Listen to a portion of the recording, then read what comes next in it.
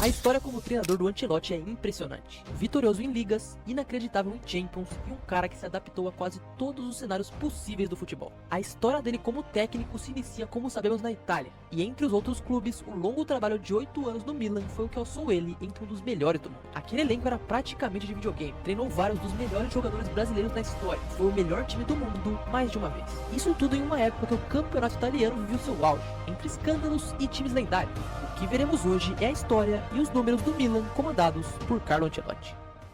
E antes de começar de fato, a gente tem que considerar que esse Milan, se fosse de outra época, poderia ser até mais dominante. A gente vai passar por isso, mas só pra deixar claro que nos anos 2000 a Juve era muito forte, a Inter era muito forte e tinha outros elencos muito bons no campeonato italiano. Era uma liga muito competitiva. Antes da gente falar do Ancelotti, a gente tem que entender o Milan e o personagem Silvio Berlusconi. A gente precisa citar ele simplesmente porque tudo que vem antes da parte do Ancelotti começa na chegada do magnata em 1986. O empresário pega um time em crise e o transforma, monta times absurdos como aquele dos holandeses e primeiramente com Arrigo Sacchi e depois com Fábio Capello, o Milan vence 3 Champions Leagues e 5 títulos de liga entre 1987 e 1996. Basicamente, a equipe se tornou extremamente imponente. E inclusive, só pra lembrar, uma dessas Champions foi um massacre no Barcelona do Romário em 94. Foi só 4-0, um jogo muito marcante e o mesmo resultado da final da Champions de 89 contra o Steaua Bucareste. Ou seja, nesse período, o Milan era o time que mais dava medo, isso eu não tenho dúvidas. Só que assim como acontece em todo lugar, não só no futebol, tem um rival que não dá pra vencer: o tempo. E a gente vai ver que isso se repete aqui, mas antes disso a gente tem que voltar para 96 para entender como era todo esse cenário. Digo 96 porque foi o ano que Fábio Capello decidiu deixar o comando do clube. Ele que depois de Arrigo Sacchi tinha conseguido manter o Milan destruidor, vencendo a Série A no ano final. Mas como eu disse, o tempo bateu ali. Pilares como Baresi já estavam mais velhos. Tinha ainda o Maldini, que já tinha sido multicampeão e teria idade para jogar por muitos anos, mas o elenco em si foi envelhecendo. Com isso se inicia uma mudança intensa de treinadores que inclusive tiveram voltas de Arrigo Sacchi e Capello, mas que não resultaram, já que o Milan fica no meio da tabela do italiano nas 2 temporadas seguintes. Agora, e o Berlusconi? Qual que era a importância dele?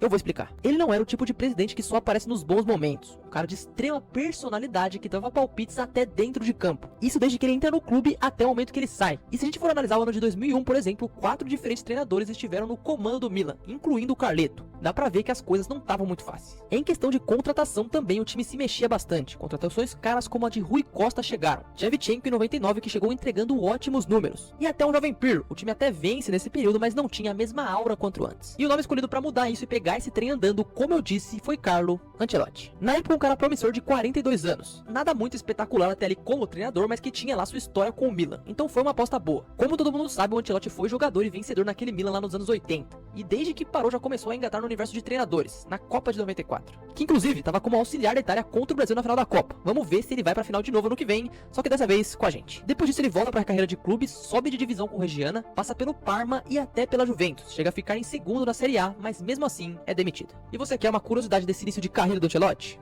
Temos. Hoje muita gente diz que a sua maior virtude é se adaptar ao que ele tem em mãos. Mas não foi desde sempre assim, tá? Muito pelo contrário, inclusive. Quando estava no Parma, ele jogava num 4-4-2 e teve a chance de contratar Roberto Baggio para o clube, um jogador lendário, mas ele disse que não, até porque ele não usava a camisa 10. Acontece que o Baggio vai pro Bolonha e faz uma temporada de 25 gols. Ali a lição de ter que se adaptar pro que tem de melhor se inicia. E pra ser justo, ela já entra em prática logo como o Ancelotti arma o Zidane na Juventus. O Carleto teve que aprender com esse erro. Enfim, mas vamos voltar pro Milan porque o vídeo é sobre eles. E levando em consideração que ele chegou no meio da temporada 2001-2002, o resultado tava bom. A 4ª posição na Liga Italiana pro balanço de como foi a temporada tava boa.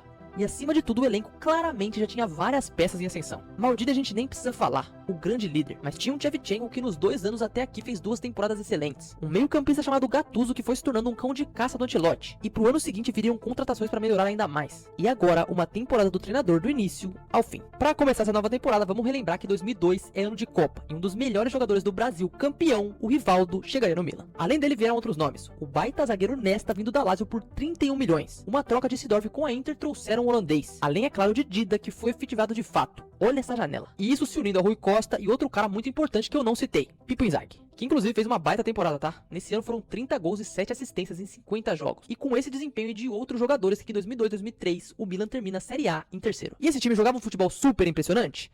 Não, mas era efetivo, o que é determinante em Copas, e a habilidade que é importante do Ancelotti nesse caso é como lidar com várias estrelas para fazer um bom coletivo. Vamos lá, foi aí que a transição do Pirlo de um camisa 10 para um primeiro volante aconteceu, ou como era chamado, um regista. E taticamente, esse time era muito funcional. A dupla Maldini e Nesta lá atrás era absolutamente destruidora. O meio campo tinha tanto um Pirlo com classe quanto o Gattuso para correr por ele. E bom, Seedorf não tem nem o que falar e nem Rui Costa e a dupla de ataque. Foi assim, aliado a um estilo difícil de ser batido, que esse time venceu a Copa Itália após uma seca muito grande. Estava pronto para mais. E o mais, é óbvio, é a Champions. Só uma coisa que eu tenho que falar, o formato era um pouco diferente, vai ser explicado, mas não era como a gente conhece hoje ou conhecia até 5 anos atrás. Naquela época teríamos duas fases de grupos. Na primeira fase de grupos, o Milan se classifica em primeiro, vencendo inclusive o Bayern 2 vezes, que já é desclassificado logo ali. Já na segunda fase fica à frente do poderoso e atual campeão Real Madrid, se classificando para as qualificatórias com um bom aproveitamento. Nas quartas o adversário seria o Ajax da Holanda, e para quem pensou que esse jogo seria tranquilo, tava errado. Na ida empate em 0 a 0 e na volta o Milan empatava em 2 a 2 até o último minuto jogando em casa. E esse time do Ajax era bom também, tá? Tinha Ibra, tinha Sneijder, não era qualquer coisa. E do outro lado, o Milan contava com algumas ausências aqui e ali, principalmente no meio campo. Foi aí que veio do banco o Tommaso, que fez o gol no último minuto e classifica o Milan. Aquele time fazia o que tinha que ser feito, e foi assim em todos os jogos. Uma pausa importante para ressaltar é que agora nas semis, na final, o Milan pega dois times italianos. Ou seja, só para você ver que a dificuldade internamente e na Europa eram muito parecidas, praticamente a mesma. Óbvio que de formas diferentes, mas existia um equilíbrio muito grande. E sem enrolar mais, a semifinal da Champions seria contra o rival Inter de Milão. Quando a Inter joga é o Giuseppe Meazza, e quando o Milan joga é o San Siro. Ou seja, seria uma fase de Champions que não precisaria de viagens e seria disputada no mesmo estádio. O primeiro jogo terminou 0 a 0 com o mando do Milan, ou seja, na volta bastava um empate com gols. E foi isso que aconteceu. Shevchenko abre o placar, a Inter até empata, mas pelo gol fora, o Milan estava classificado.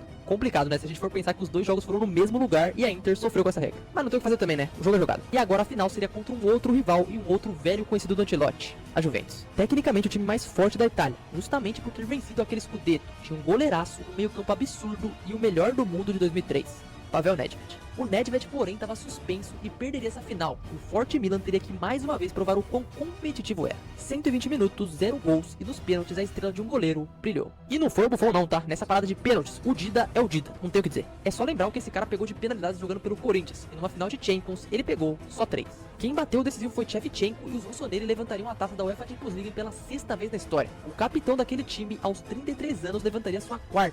O Maldini é impressionante, desde os anos 80 ganhando com o time e convivendo em diferentes eras. Mas calma, esse não seria o último. Falando de tática, aqui já conhecemos o famoso 4-4-2 ou 4-1-2-1-2 do Ancelotti, que futuramente se transformaria na árvore de Natal, se preferir chamar. Porém, mesmo com tudo isso e a base de um ótimo time, dava pra melhorar, e pra isso precisava chegar algumas peças e uma que seria primordial. Chegando pro ano seguinte, o atual campeão europeu teria que resolver algumas arestas. Primeiro, o Rivaldo, que ficou no banco e não foi tão predominante, logo sai, então um brasileiro a menos. Só que precisando de um lateral com 33 anos, o Ancelotti escolhe o Cafu. Ótima escolha, e pro meio, um universitário. Você vai entender. Quando ele chegou no Milan, parecia ser tudo menos jogador de futebol. Depois pensei que era uma testemunha de Jeová, mas quando o vi com a bola nos pés, era monstruoso. Essa foi a aspa que Ancelotti usou em seu livro para descrever Ricardo Isaacson dos Santos Leite, o famoso Kaká. E ele realmente tinha essa carinha, mas no momento em que ele começou no Milan, o Ancelotti já começou a dar a vaga de titular cada vez mais para ele. Um jogador com arrancada, finalização e um refino técnico único. Com esse time que já era completo e com essas adições que caíram como uma luva, o Milan em 2003-2004 teria uma campanha excelente. 82 pontos na liga e levando o Scudetto, o único no comando do Ancelotti. Pera aí, olha o nível desse time. Ganhou só uma vez na Itália? Sim, a gente vai ver que tiveram problemas extra-campo também, mas a verdade é que nessa época o futebol italiano era muito forte. Então, internamente, as conquistas pararam aqui. Nesse ano na Champions, você esperava título do Milan, não aconteceu. Foi do Porto de Portugal. O nosso Milan caiu nas quartas pro Deportivo La Coruña. Mas vale lembrar que esse foi o ano que a zebra comeu soldo no futebol. Então, pra falar do desempenho na Champions, é melhor a gente avançar mais um ano. Pra 2004-2005, o Milan traz novos reforços como o Crespo, mas a verdade é que o time não precisava tanto assim. Os jogadores estavam em média à beira dos 30 anos. E assim ainda no auge, portanto tinham o físico e a experiência, e isso ficou provado na Champions. O Milan passa na fase de grupos em primeiro e nos mata-matas tira algum dos grandes. O United, que nessa época era o bicho papão da Inglaterra. De novo sua rival o Inter nas quartas e nas semis bate o PSV. Aquele elenco não tava pra brincadeira. No videogame tinha que ser proibido e se eu for comparar com algum time de hoje, talvez seria como enfrentar o Real Madrid. Algo assim. Enfim, vamos pra final e do outro lado tava o Liverpool. Outro gigante, tá? Mas em elenco não tem como comparar. E isso ficou à mostra no primeiro tempo. Um show rossoneri, uma aula de futebol do clube italiano. 3 a 0 e pra muitos, ali parecia estar tudo definido. O que faria o Liverpool? Se abrir e esperar os contra-ataques com as arrancadas do Kaká, parecia uma causa perdida. Pois é, no segundo tempo foi num espaço de 6 minutos que o Liverpool empatou o jogo, 3 a 3 naquela que ficou conhecida como a maior final da história da Liga dos Campeões, e um jogo que ficou conhecido também como o Milagre de Istambul. Ah, Inclusive, dá pra fazer um vídeo sobre esse Liverpool também, deixa aí nos comentários se você gostaria. E agora esse título novamente seria decidido nos pênaltis, mas dessa vez o mental tava totalmente contra. Voltando pro título em 2003, foi Shevchenko que bateu o pênalti da glória Rossoneri, e dessa vez ele também bateu, e quem venceu foi o outro time que veste vermelho. Uma final chocante, ninguém jamais esperaria aquele que seria um dos jogos mais inacreditáveis da história do futebol. O próprio Kaká disse anos depois em podcast que aprendeu naquele dia que ganhar e perder tá muito longe do nosso controle, e essa é a prova viva. Ancelotti viveu talvez o grande pesadelo de sua carreira, não somente por perder, mas pela forma que foi. E agora, aquele elenco espetacular do Milan teria que vencer logo, ou o prazo de validade e estourar. Indo adiante, entramos na temporada 2005-2006 e agora a gente tem que parar um pouco pra falar do que acontecia fora dos gramados. E por quê? O Milan tava mal? Não, bem longe disso. A pontuação do time foi nas alturas. O torneio que seria disputado até o final com a Juventus tinha na última rodada uma diferença de apenas 3 pontos, mas os escândalos apareceram. Então, 2006, vamos lembrar o que aconteceu. Itália campeã do mundo, o Barcelona de Ronaldinho campeão da Champions e na Série A rolou o Calciopoli. O grande esquema de arbitragem do futebol europeu na história provavelmente.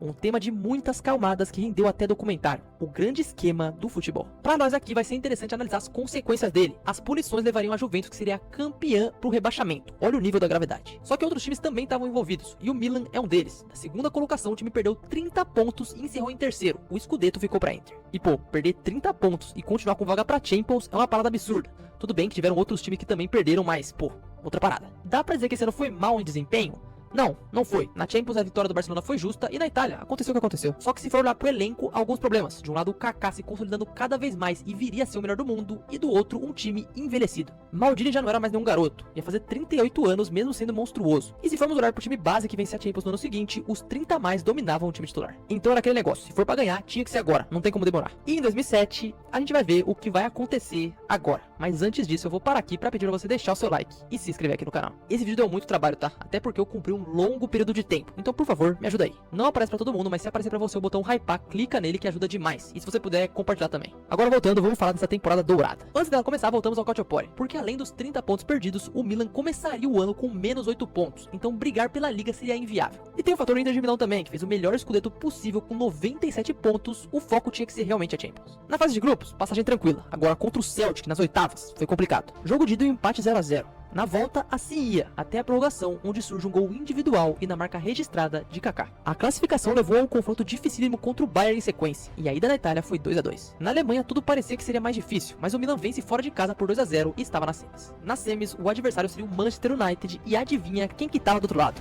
Ele mesmo. Cristiano Ronaldo em um estágio inicial, mas já um dos melhores jogadores do planeta Terra. Fez um dos gols da vitória de 3 a 2 no jogo de ida. Mas quem brilhou aquele dia no Old Trafford foi o Kaká. Foram 2 gols dele. E apesar da derrota, impressiona o mundo com um deles sendo uma pintura. Deixou os dois zagueiros em uma situação constrangedora. E após isso, na Itália, o Milan reverte com tranquilidade. 3 a 0. E a final, meus amigos, seria contra o Liverpool, uma revanche. A grande maioria dos que perderam em 2005 estavam em 2007. Agora mais velhos, verdade. Mas era a hora da glória. E foi isso que aconteceu. Com 2 gols de Inzaghi, o Milan bate o Liverpool na final e ganha sua 7ª Champions na história. Um time extremamente envelhecido. Jogadores que estavam mais próximos dos 40 do que dos 30, mas que ainda tinham futebol suficiente para fazer história. Para falar de auge aqui conhecemos o do Kaká, que em 48 jogos fez 18 gols e 11 assistências. Atuações individuais impressionantes que incluíram, ao final, sua bola de ouro. Ancelotti tinha conseguido outra vez, ganhou como jogador 2 vezes com o clube e como técnico ele tinha feito de novo. A missão daquele elenco estava cumprida, mas se for falar da passagem do Carleto, ainda tinha algum tempo. A realidade é que pensar em futuro com esse elenco era meio difícil porque a maioria dos jogadores não tinha mais a missão de ganhar um título de novo. Tinha que dar uma repaginada. E isso quer dizer que o fim da passagem do Ancelotti no Milan foi sem prestígio?